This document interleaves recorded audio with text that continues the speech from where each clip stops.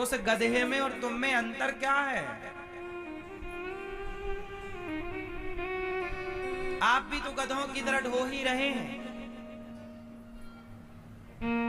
लातें खा रहे हैं परिवार में, बातें सुन रहे हैं परिवार की, फिर भी एक संत जी थे, वो जा रहे थे तो द्वार पर ना एक पति पत्नी का झगड़ा चल रहा था। पत्नी पति को डांट रही थी, दुष्ट कहीं का, जाता भी नहीं है, पड़ा रहता है। बूढ़ा सा पति पत्नी डांट रही है और डंडे से मार भी रही है। तो संत जी को दया आई, संत जी ने कहा, देख भैया, अब तो तेरी पत्नी भी तुझे घर से निकाल रही है, आजा हमारी मंडली में, अब राम राम जपना, साधु बन जा। वो बोला, नहीं महाराज, मैं साधु नहीं बन सकता, मेरी पत्नी आपके सामने डांट रही है, डांटती है सही है, मारती है, पर प्यार भी तो करती है। आदमी 100 जूते खा के भी जगत का मोह छोड़ नहीं पाता। ये बात सच्ची है कि गलत है? वो तो तुलसीदास जी थे जो एक बात में सब छोड़ के भगवान के हो गए। आप तो 100 बात सुन के भी भगवान के नहीं होते हैं? आप 100 बातें सुन के भी वैराग्य नहीं लाते। जगत का इतना अटैचमेंट है, आपको पकड़ रखा है। इसलिए गधा को भी आप उससे भी सीख ग्रहण कर सकते हैं, सीख लीजिए। गधा भी सिखा रहा कि बोझा कब तक ढोएगा, अब तो चिंतन कर भगवान का। ऊंट से क्या सीखा आपने? ऊंट से क्या सीखा? ऊंट को लगता है मैं सबसे ऊंचा हूं, मैं सबसे बड़ा हूं, पर जब पहाड़ के नीचे आया तो लगा नहीं।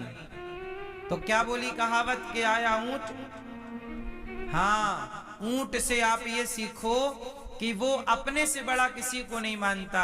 ऐसे आप भी ऊंट की तरह घमंड करते हैं और अपने से श्रेष्ठ किसी को नहीं समझते। आपको लगता मैं ही ज्ञानी हूं, मैं ही समझदार हूं, मैं ही कर सकता हूं। नहीं, अपने से घमंड को समाप्त करिए और ऊंट की तरह अभिमानी मत बनिए। ऊंट अभिमान का प्रतीक है, इसलिए हम सबसे सीख सकते हैं। गुलाब से क्या सीखा आप लोगों ने? जैसे गुलाब सैकड़ों कांटों के बीच में रहता है, लेकिन फिर भी वो महकना नहीं छोड़ता। कितने भी बड़े दुष्टों के बीच में रहो, कितने भी कुसंग में रहो, पर अपनी अच्छाई उन दुष्टों के बीच में भी ना छोड़ो। यदि कांटे चुभना नहीं छोड़ते तो गुलाब भी महकना कहां छोड़ता है? तो ये सीख है या नहीं? सीखने वाला सबसे कांटा भी हमें सिखाता है।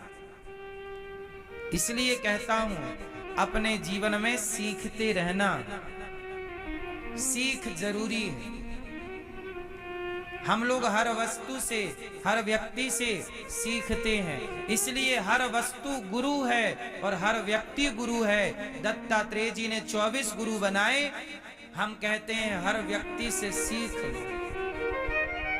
हर व्यक्ति में अच्छाई और बुराई होती है, हर वस्तु में अच्छाई और, तो बुराई बुराई छोड़ दो सबकी और अच्छाई अच्छाई ग्रहण कर लो सबकी। जैसे मधुमक्खी, मधुमक्खी हजारों पुष्प पे जाकर बैठती है। किस पे बैठती है? हजारों फूल पर, हजारों पुष्पों पर जाकर बैठती है और सबसे एक ही चीज ग्रहण करती है।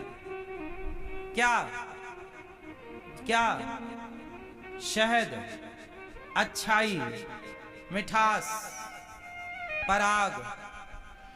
हर पुष्प पर बैठेगी, पर वो ग्रहण क्या करेगी?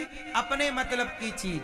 ऐसे आप भी शराबी के साथ बैठे हो, गंजेड़ी के साथ बैठे हो, गलत के साथ बैठे हो, तो उसकी गलत चीज ग्रहण ना कर लीजिएगा। जैसे मधुमक्खी किसी भी पुष्प पर बैठेगी वो रस ही ग्रहण करेगी, ऐसे आप भी किसी भी व्यक्ति के संग